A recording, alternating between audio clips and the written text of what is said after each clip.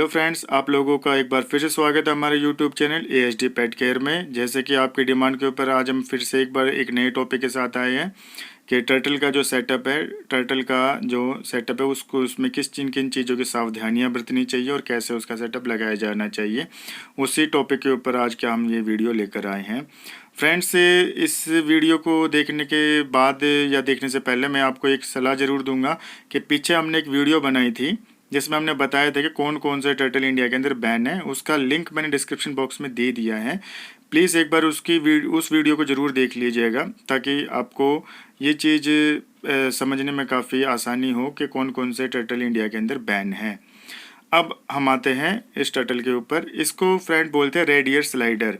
कई लोग इसको सिंगापुरी टर्टल भी बोलते हैं, बट ये जो सिंगापुरी टर्टल बोलते हैं वो बिल्कुल गलत है। इस ये जो टर्टल का जो रीज़न है, ओरिजिन जो है वो साउथ USA और नॉर्थ मैक्सिको से है। इसका जो साइंटिफिक नेम है वो है ट्रेस्मेस स्केप्टा एलिगेंस। टर्टल को काफ़ी लोग पेट के तौर पे पालना पसंद करते हैं। और अब हम आते हैं कि टर्टल एंड टोर्टोइज में क्या फ़र्क होता है। टर्टल एंड टोर्टोइज में फ्रेंड्स काफ़ी फ़र्क होता है। टर्टल जो है वो पानी में एंड लैंड पे दोनों पे रह सकता है, पानी और ज़मीन दोनों पे रह सकता है। इसका जो शेल होता है वो काफ़ी ऊपर से फ्लैट होता है, बट जो टोर्टोइज जो है वो लैंड पे रहता है और उसका सेल जो है ऊपर से डूम आकार का होता है, मतलब गोलाई में होता है उसका शेल जो है ऊपर का। टर्टल और टोर्टोइज के पैरों में भी काफ़ी फ़र्क होता है। टोर्टोइज के जो पैर है वो नीचे ज़मीन की तरफ होते हैं।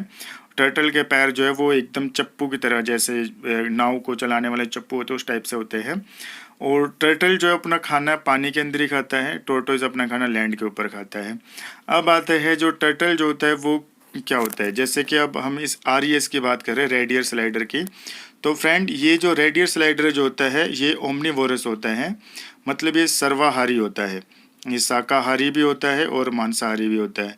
ये अपने पत्ते, सब्जियां और ये भी खाता है और ये नॉनवेज भी खाता है।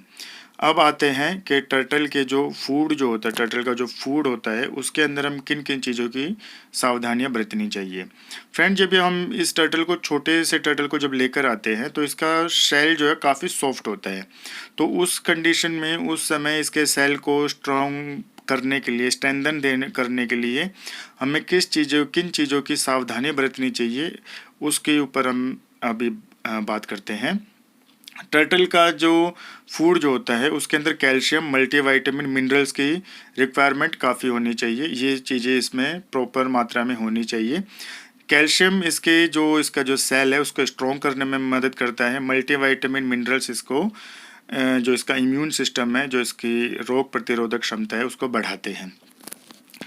अब फ्रेंड आते हैं कि जो टर्टल जो है इसका सेटअप कैसे लगाया जाना चाहिए। तो फ्रेंड, इसका जो सेटअप जो लगाना चाहिए, कम से कम 2 फीट का एक्वेरियम इसके लिए ज़रूरी ही चाहिए।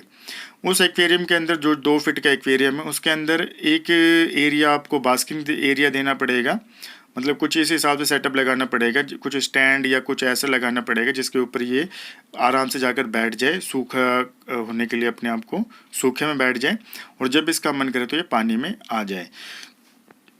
जो पानी के अंदर जो है हमें एक फ़िल्टर भी ज़रूर लगाना चाहिए ताकि इसका जो पानी है वो साफ़ रहे। और फ्रेंड, जो बास्किंग एरिया जो है उसके ऊपर 2 चीज़ों की ज़रूरत बहुत ज़्यादा होती है, एक बास्किंग बल्ब, एक UVB। अब हम बात करते हैं कि बास्किंग और UVB होता क्या है।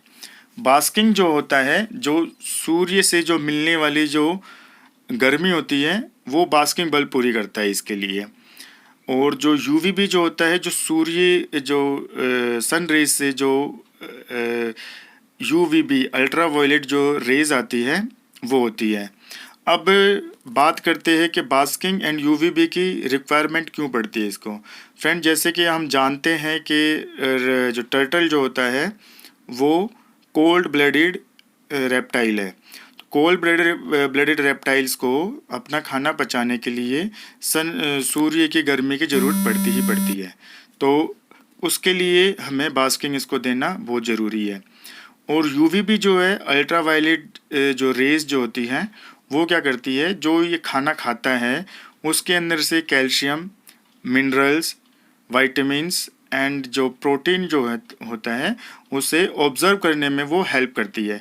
तो बास्किंग एंड यूवीबी दोनों इसके लिए बहुत ज़्यादा ज़रूरी है। इस चीज़ को अगर हम बास्किंग एंड यूवीबी नहीं लगाना चाहते, इतना खर्चा नहीं देना चाहते, तो एक फ्री एडवाइस है कि morning early in the morning की आपको इसको धूप कम से कम 45 मिनट से 1 घंटे की धूप दिखानी बहुत ज़रूरी है, क्योंकि जो नेचुरल जो सनरेज आती है उसके अंदर, मॉर्निंग की जो नेचुरल सनरेज आती है उसके अंदर यूवीबी एंड बास्किंग दोनों की इसकी रिक्वायरमेंट पूरी हो जाती है। अब आते हैं कि जो टर्टल जो है, जो उसका जो पानी जो हमने लगा रखा है उसका टेम्परेचर क्या होना चाहिए। फ्रेंड्स, टर्टल का जो पानी का जो टेम्परेचर है वो कम से कम 28 डिग्री होना चाहिए, और जो विंटर सीजन जो होता है, सर्दियाँ जो होती हैं उसके अंदर वो 30 डिग्री उसका टेम्परेचर होना बहुत ज़रूरी है। क्या होता है जब मौसम चेंज होता है, सर्दियाँ जब आती हैं तो टर्टल जो होता है मोस्ट ऑफ द टाइम सर्दियों के अंदर हाइबरनेशन में चला जाता है, हाइबरनेट हो जाता है टर्टल लोगों का। वो क्यों होता है? क्योंकि लोग जो टर्टल का जो पानी का जो टेम्परेचर है उसको नहीं, मतलब मेंटेन नहीं कर पाते हैं, और जब मौसम चेंज होता है तो टर्टल का हाइबरनेट होना और हाइबरनेशन में जाना नेचुरल है, ये इसके जीन्स के अंदर है, इसमें कोई प्रॉब्लम वाली बात नहीं है। लोगों की काफ़ी क्वेरीज आती है सर्दियों के अंदर कि सर हमारे जो टर्टल जो है उसने खाना खाना छोड़ दिया है, वो साइड में एक कोने में जाकर बैठ चुका है और वो बिल्कुल भी एक्टिव नहीं है। ये कोई इसमें ज़्यादा टेंशन लेने वाली बात नहीं है, ये नेचुरल थिंग है, ये नेचुरल है, ये इसके जीन्स के अंदर हाइबरनेट होना। जब मौसम चेंज होगा तो ये हाइबरनेट हो जाता है। इसको हाइबरनेशन से बचाने के लिए क्या करना चाहिए हमें? इसको proper UVB, proper basking and जो वाटर टेम्परेचर है उसको 28 to 30 डिग्री पे मेंटेन करके रखना ज़रूरी है। और जो इसका जो फूड है उसके अंदर, जैसे मैंने पहले बताया था, कैल्शियम, मल्टीविटामिन, मिनरल्स होना काफ़ी ज़रूरी है। कई बार हमारे पास में एक प्रॉब्लम आती है कि टर्टल की आइज़ में कुछ प्रॉब्लम हो गई है। तो फ्रेंड, जो अगर हम टाइम से ही जो इसकी फीड जो है उसके अंदर विटामिन ए की बहुत ज़्यादा ज़रूरत होती है टर्टल को। विटामिन ए की अगर मात्रा जो है वो प्रॉपर मात्रा में हम इसे दे, जैसे कि वो हम गाजर के जूस से भी दे सकते हैं या विटामिन ए के कैप्सूल से भी दे सकते हैं। फीड कोई ऐसी ले आए जिसमें विटामिन ए की मात्रा ज़्यादा, और मल्टीविटामिन जो होता है उसके अंदर विटामिन ए इसको मिले जाते हैं। अगर उसके बावजूद भी इसकी आइज़ के अंदर कोई प्रॉब्लम आती है, जैसे कि इसकी आइज़ में कई बार क्या होता है, इसकी आइज़ फूल जाती है, इसकी आइज़ सूज जाती है, इसकी क्लाउडी आइज़ हो जाती है, तो उस कंडीशन में क्या करना चाहिए? मार्केट में काफ़ी सारे आई ड्रॉप्स आते हैं, टर्टल आई ड्रॉप्स के नाम से फेमस है, जो पेट शॉप पे आपको ईजिली मिल जाते हैं। वो टर्टल आई ड्रॉप्स इसके आइज़ में डाल सकते हैं आप। टर्टल आई ड्रॉप्स के साथ में हमें प्रॉपर यूवीबी, प्रॉपर बास्किंग ये देना बहुत ज़रूरी है सर फ्रेंड्स, क्योंकि जो टर्टल की जो बीमारियाँ हैं उसमें से काफ़ी हद तक बीमारियाँ, अगर हम इनको सन रेज़, सूर्य की जो किरणें हैं, सूर्य की जो सनलाइट जो है, अगर वो देते हैं तो फ्रेंड्स काफ़ी हद तक टर्टल की बीमारियां हमारी ख़त्म हो जाती हैं। तो सूर्य की जो किरणें हैं, सूर्य की जो लाइट है वो बहुत ज़रूरी होती है हमारे टर्टल के लिए। अब आते हैं कि अगर हम टर्टल को आई ड्रॉप नहीं दे सकते हैं तो उसके अलावा क्या कर सकते हैं? उसके अलावा फ्रेंड एक आती है फेस्टिव डी करके एक मेडिसिन आती है, जो कि आई ड्रॉप ही होती है वो भी, तो वो हम टर्टल की आइज़ में डाल सकते हैं। उससे भी टर्टल की आइज़ को काफ़ी रिलीफ मिलता है, उससे जो इन्फेक्शन जो हो जाता है टर्टल के आइज़ में, उससे उसको काफ़ी रिलीफ मिलता है। इसके बाद आते हैं जो मोस्टली मौसम चेंज होने में प्रॉब्लम आती है, टर्टल की स्किन, टर्टल का जो शेल है वो वाइट पड़ने लग जाता है। उसमें हमें क्या करना चाहिए फ्रेंड्स? उसमें हमें क्या करना चाहिए, जब उसका टर्टल का जो शेल है, जो स्किन है, वो जब भी मौसम चेंज होगा तो वो नेचुरल है, वो स्किन चेंज होती ही होती है।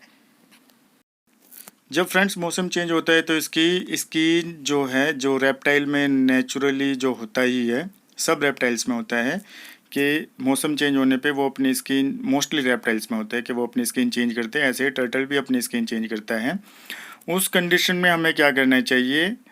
इसको देख के काफ़ी लोग परेशान भी हो जाते हैं और उनका परेशान होना लाजमी भी है। इस कंडीशन में हमें क्या करना चाहिए? टर्टल का जो शेल जो है उसको धीरे धीरे करके उसके मसाज करके जो भी डेड स्किन जो उसके सेल के ऊपर, उसकी बॉडी के ऊपर जो भी डेड स्किन है, धीरे धीरे मसाज करके हमें उसे हटाना चाहिए, साफ़ पानी से उसे धोना चाहिए। उसके बाद में हमें उस पर कोकोनट ऑयल या फिर एक आता है शेल शाइन, मार्केट में आराम से मिल जाता है आपको शेल शाइन, उसकी मसाज देनी चाहिए और इसको प्रॉपर यूवीबी एंड बास्किंग देना चाहिए, जिससे कि इसकी जो स्किन चेंज होती है, जो इसका शेल जो है वो काफ़ी शाइनिंग हो जाता है, जो इसकी स्किन है उसको चेंज होने में आप मदद करते हो। और जो इसकी जो शेल के ऊपर जो भी इसके डिज़ाइन है वो जो भी हैं वो काफ़ी अच्छे से नज़र आने लग जाते हैं। शेल शाइन का भी टर्टल की मतलब टर्टल को देना बहुत ज़रूरी है, ताकि इसके जो शेल जो है उसमें कोई फंगल इन्फेक्शन ना हो, कुछ भी इन्फेक्शन ना हो सके। जो डेड स्किन जो होते हैं ना फ्रेंड्स, वो हमें इसके शेल से या तो वो नेचुरली हट जाए, नहीं तो हमें इसके शेल से हटानी बहुत ज़रूरी है, क्योंकि अब ये नेचुरल माहौल में तो रहता नहीं है, ये हमारे पास रहते, तो उसको डेड स्किन को हमें हटाना बहुत ज़रूरी है। ठीक है फ्रेंड्स। और अगर आप लोगों को एक और प्रॉब्लम भी फेस करनी पड़ सकती है इसमें, कि इसके जो नाखून होते हैं वो एक्वेरियम में रहने की वजह से, ज़मीन पर ना रहने की वजह से काफ़ी बढ़ जाते हैं, तो वो भी टाइम टू टाइम कट करने बहुत ज़रूरी है फ्रेंड्स। टर्टल के लिए ये इन्फॉर्मेशन जो मैंने आपको दी है, इन पे ज़रूर फोकस कीजिएगा, इन पे ध्यान दीजिएगा, जो कि आपके टर्टल की हॉबी को, टर्टल को पालने में आपको काफ़ी मदद करेगी। अगर आपको ये हमारी वीडियो अच्छी लगी है तो प्लीज़ लाइक एंड सब्सक्राइब ज़रूर कीजिएगा, और ज़्यादा से ज़्यादा शेयर कीजिएगा, और कमेंट सेक्शन में ज़रूर कमेंट कीजिएगा। जय हिंद, जय भारत।